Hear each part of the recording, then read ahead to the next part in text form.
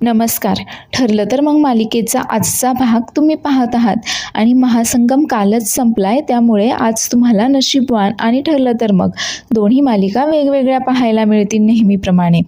तर आता प्रिया इकडे नागराजला फोन करते आणि त्याला सांगते की महिपत इथे तुळजापुरातच आहे याची मी खात्री करून घेतली आहे. त्यावर नागराजही तिला सांगतो की अगं मग तू त्याला पकडलं का नाहीस? त्यावर प्रिया थोडी चिडूनच बोलते की मी काय बोललं की मी खात्री करून घेतली आहे, तो अजून माझ्या हाती लागलेला नाही आहे, तो इथेच आहे तुळजापुरामध्ये नागेश्वर घोरपडेच्या या लग्न घरामध्ये इथेच लपलाय तो. त्यावर नागराज बोलतो की काय सांगतेस काय तू? त्यावर प्रिया सांगते की हो, आणि आता तुमच्या एंट्रीची वेळ झाली आहे, तुम्हाला आता इथे यावं लागेल, मी एकटी त्याला पकडणार नाही आहे, आपलं काय ठरलं आहे आठवतं आहे ना? त्यावर नागराज बोलतो की वेडी आहेस का तू? मी कसं काय येऊ शकतो तिकडे? अगं कल्पना वहिनी तिथे, सायली आणि अर्जुन ते दोघेसुद्धा तिथे आहेत, आणि असं असताना देखील मी कसं काय येऊ शकतो तिथे? तुला कळतंय का काही? त्यांनी मला पाहिलं तर किती प्रॉब्लेम होईल. आता प्रिया चिडते व बोलते हो, आणि आता महिपत जर आपल्या हातून सटकला आणि तो जर सायली अर्जुनच्या हाती लागला किंवा पोलिसांच्या हाती लागला तर मग तो तुमचं देखील नाव घेईल. किल्लेदारांच्या ॲक्सिडेंटची सुपारी तुम्ही दिली होती हे देखील सगळ्या जगासमोर येईल, सगळ्या जगाला ओरडून सांगेल तो. आता मात्र नागराज तिला बोलतो की चूप, अगं शांत बस ना, जरा हळू बोल ना, लग्न घर आहे तिथे, कोणी ऐकलं तर काय होईल, कळतंय का तुला? त्यावर प्रिया बोलते की हो, इतकं कळतंय मला, इतकी हुशार आहे मी, म्हणूनच मी बाजूला येऊन बोलतीये तुमच्याशी, समजलं ना? आणि आता मी काय सांगतेय ना ते ऐका, लवकर इकडे या, म्हणजे आपण दोघं मिळून महिपतला पकडूयात वगैरे. त्यावर नागराज बोलतो की हां, ते सगळं ठीक आहे, येतो मी तिकडे, काहीतरी करतो, पण मग तिथे आल्यानंतर महिपतला पकडल्यानंतर पुढे काय करायचं? काही प्लॅन आहे का तुझ्या डोक्यामध्ये? महिपतला कसं पकडणार आहोत, पुढे काय करणार आहोत वगैरे? तर तन्वीकडे मात्र आता नेहमीप्रमाणे तिचा प्लॅन रेडीच असतो. त्यामुळे ती सांगते की हो आहे, माझ्याकडे एक प्लॅन आहे. आणि आता तिने जो काही प्लॅन केलेला असतो महिपतला पकडण्याचा आणि त्याला पकडल्यानंतर पुढे काय करायचं याचा, तो सगळा काही प्लॅन आता ती नागराजला सांगत असते. नागराजला प्लॅन सांगून झाल्यानंतर आत लग्नाचे विधी सुरू असतात, ती परत तिकडे जाऊन बसते आणि तेवढ्यातच तिथे बाबू येतो. बाबू म्हणजे हा तोच बाबू आहे ज्याला की महिपतने सुपारी दिलेली असते आणि यानेच ट्रकने 22 वर्षांपूर्वी किल्लेदारांच्या गाडीला उडवलेलं असतं. आणि तेवढ्यातच दरवाजात सायली येते तो आवाज ऐकून आणि समोर पाहते तर बाबू स्वतःला चापकाचे फटके मारून घेत असतो. आता बाबूला तिने मात्र चांगलंच ओळखलेलं असतं आणि तिला आता जुन्या गोष्टी आठवतात की बाबू जेव्हा हॉस्पिटलमध्ये ॲडमिट झाला तेव्हा त्याचा फॉर्म भरायला तिथे कोणीही नसल्यामुळे सायलीनेच त्याचा फॉर्म भरला होता. आणि नंतर त्याच्या सांगण्यावरून तिने रविराज किल्लेदारांचा शोध घेऊन त्यांना देखील बाबूला भेटवायला तिथपर्यंत आणलेलं असतं. आता बाबूचं देखील लक्ष सायलीकडे जातं. तो सायलीला ओळखतो की ही तर तीच मुलगी आहे आणि लगेचच तिथून पळ काढतो. आता त्याने पळ काढल्यानंतर सायली देखील त्याच्या मागोमाग जाते त्याला पकडण्यासाठी. तर अर्जुन इकडे लग्नाचे विधी सुरू असतात, तेवढ्यात सायलीशी काहीतरी बोलायला जातो आणि त्याच्या लक्षात येतं की सायली तिथे नाही आहे. आणि सायलीचा शोध घेत तोही घराच्या बाहेर येतो आणि पाहतो तर सायली कोणाच्या तरी मागे पळतीये आणि आता तोही सायलीच्या मागे जातो.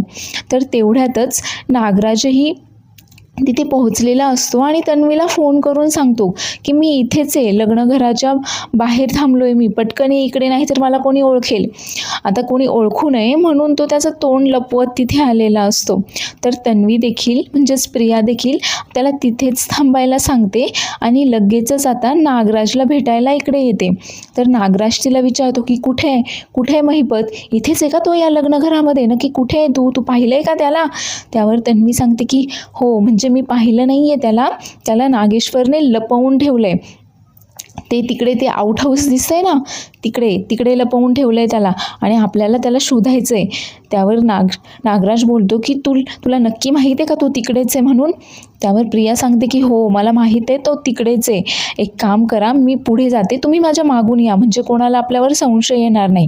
आणि आता ते दोघेही महिपतला ज्या आउट हाऊसमध्ये ठेवलेलं असतं तिथे येतात, पण त्या दरवाजाला मात्र कुलूप असतं. त्यावर तन्वी सांगते की कोणाला संशय वगैरे येऊ नये म्हणून नागेश्वरने याला कुलूप लावून इथेच लपवून ठेवलंय महिपतला.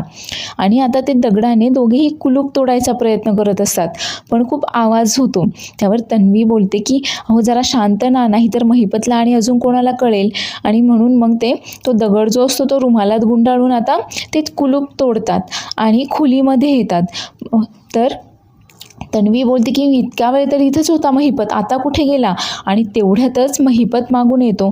तो प्रियाचा गळा दाबतो आणि नागराजवर बंदूक रोखतो. आता नागराज आणि प्रिया त्याला समजवायचा प्रयत्न करतात की अरे आमच्यावर विश्वास ठेव. त्यावर महिपत बोलतो की नाही, विश्वास तुझ्यावर कसा काय विश्वास ठेवू मी? आणि काय गये चिचुंद्रे, तिथे तू इतका काड्या केल्यास आणि तू इथे सुद्धा आलीस का आता काड्या करायला? आणि त्यावर नागराज बोलतो की अरे माझ्यावर तरी विश्वास ठेव तू. त्यावर महिपत बोलतो की काय विश्वास ठेवायचा तुझ्यावर? त्या दिवशी जंगलामध्ये मला एकट्याला सोडून आलास तू, काय विश्वास ठेवणार? त्यावर नागराज सांगतो की अरे मी आलो होतो तुला शोधत जंगलामध्ये, पण मी पाय घसरून पडलो आणि तेवढ्यातच अर्जुन तिथे आल्यामुळे मला लपून राहावं लागलं. आणि त्यानंतर मी तुला शोधतच होतो, पण तुझा काही फोन वगैरे लागत नव्हता आणि आता तुझा शोध घेत मग मी इकडे आलोय वगैरे. त्यावर आता महिपत मात्र या दोघांवरही खूप चिडलेला असतो व महिपत बोलतो की माझा आता कोणावरच विश्वास नाही आहे, तुमच्या दोघांवरही विश्वास नाही आहे माझा.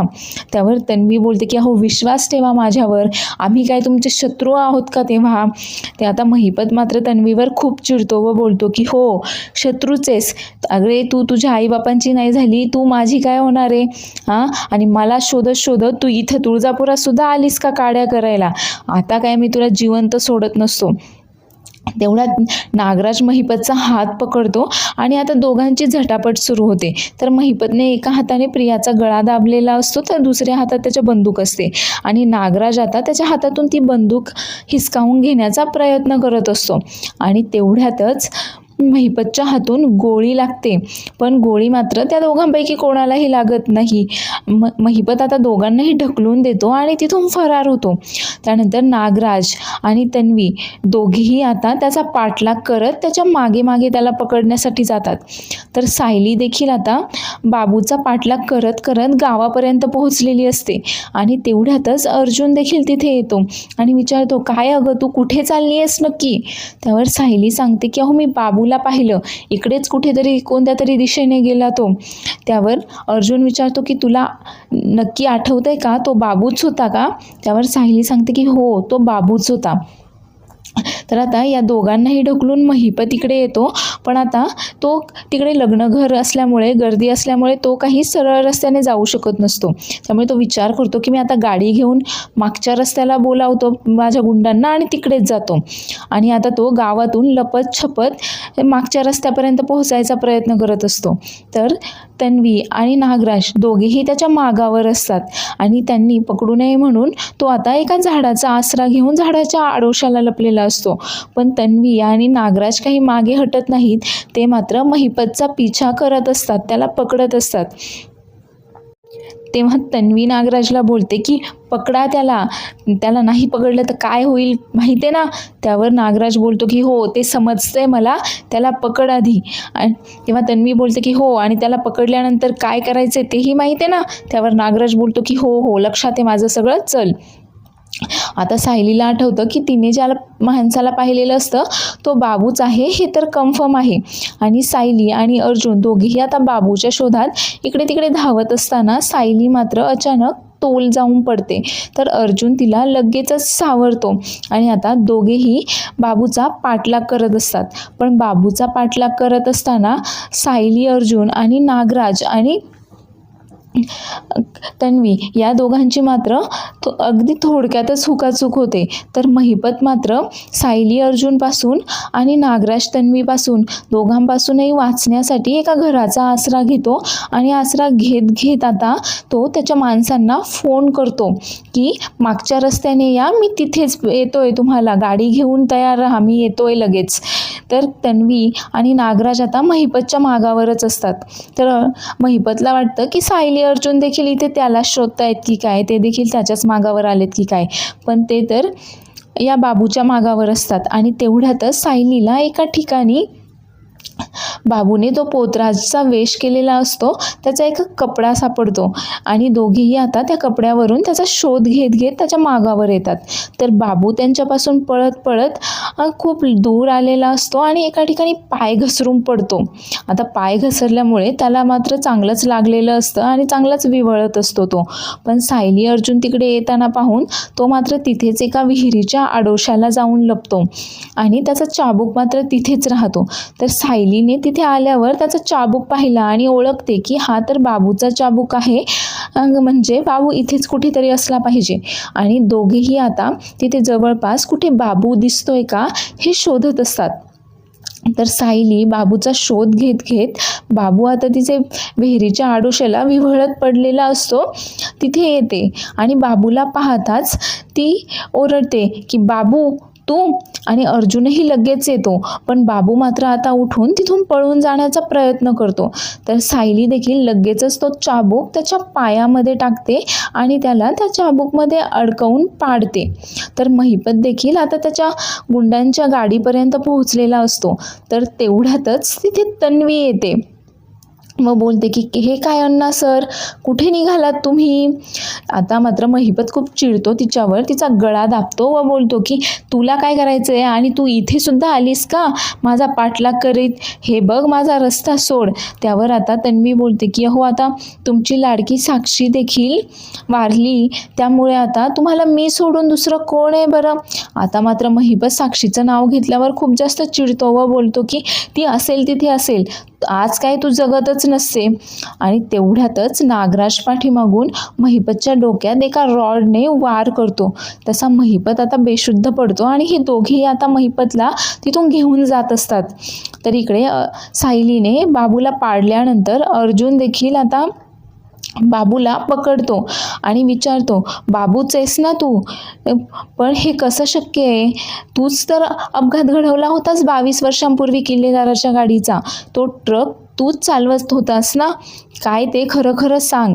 पण तेवढ्या सायलीला आता त्या ॲक्सिडेंटचं नाव ऐकल्यानंतर परत एकदा तो अपघाताचा सगळा काही प्रसंग आठवायला लागतो की ते कारमधून चाललेले असताना एका ट्रकने त्यांना धडक दिलेली असते आणि त्यानंतर त्यांचा ॲक्सिडेंट होतो. तर सायली विचार करते की अपघाताचं नाव ऐकल्यानंतर मला का त्रास होत असेल असा. त्यावर अर्जुन तिला विचारतो की सायली तू ठीक आहेस ना? त्यावर सायली देखील हो सांगते. आणि आता ते दोघेही बाबूला विचारत असतात. आता हा अर्जुन बाबूला मारणार तेवढ्यातच सायली बोलते की थांबा 2 मिनिट थांबा, पण तू तर 2 वर्षांपूर्वीच हॉस्पिटलमध्ये वारला होतास ना? त्यावर बाबू सांगतो की नाही, मी तेव्हा हॉस्पिटलमधून पळालो होतो, कारण तेव्हा देखील हॉस्पिटलमध्ये मला मारायचा प्रयत्न झाला होता. आता सायली आणि अर्जुन त्याला विचारत असतात की कोण मारत होतं तुला आणि हा अपघात तू का घडवून आणलास? त्यावर बाबू सांगतो की मला कोणीतरी सुपारी दिली होती हा अपघात करवून आणण्याची. महिपत शिखरेने मला हा अपघात करवून आणायला सांगितला होता आणि मी हॉस्पिटलमध्ये असताना देखील त्याने मला मारायचा प्रयत्न केला. पण तिथे माझी अवस्था खूप बिकट असताना मी अगदी वर हात लावून आलोय, त्याच वेळेस ती नर्स तिथे आली आणि तिने पाहिलं. तिने लगेचच डॉक्टरांना बोलावलं आणि मला योग्य वेळेत उपचार मिळाल्यामुळे मी वाचलो. पण त्यानंतर मात्र मी कसाबसा त्या हॉस्पिटलमधनं पळून गेलो आणि आता माझे पापं धुवून टाकावे म्हणून मी इथे आता येऊन देवीची सेवा करतोय. त्यावर अर्जुन सांगतो की पापं असे धुतले जात नाहीत, पण तू हे केलंचस का? या महिपत शिखरेंना का मारायचं होतं किल्लेदारांना वगैरे? नाही, तुला तर पोलिसांच्या हवाली द्यायलाच पाहिजे. त्यावर आता बाबू गयावया करत असतो की नाही, मला पोलिसांच्या हवाली देऊ नका, मला शिक्षेची भीती वाटत नाही आहे. पण महिपतला जर कळालं की मी जिवंत आहे तर मात्र तो मला जिवंत सोडणार नाही. तो आता देखील माझ्या जीवावर उठेल, म्हणून मला पोलिसांमध्ये जायचं नाही आहे. आता मात्र अर्जुन परत एकदा बाबूला विचारत असतो की आता खरं खरं काय ते मला नक्की सांग की तुला ह्या अपघाताची सुपारी कोणी दिली होती. त्यावर बाबू सांगतो की महिपत शिखरेनेच मला या अपघाताची सुपारी दिलेली होती. पण हो, हा काही एकटा नाही आहे, याला दुसरंच कोणीतरी या अपघाताची सुपारी दिलेली होती. आता नक्की सुपारी कोणी दिली आहे हे मात्र बाबू आपल्याला पुढील भागामध्ये सांगणार आहे. त्यामुळे पुढील भाग पाहायला देखील विसरू नका आणि चॅनेलला लाईक, शेअर आणि सबस्क्राईब करायला देखील विसरू नका.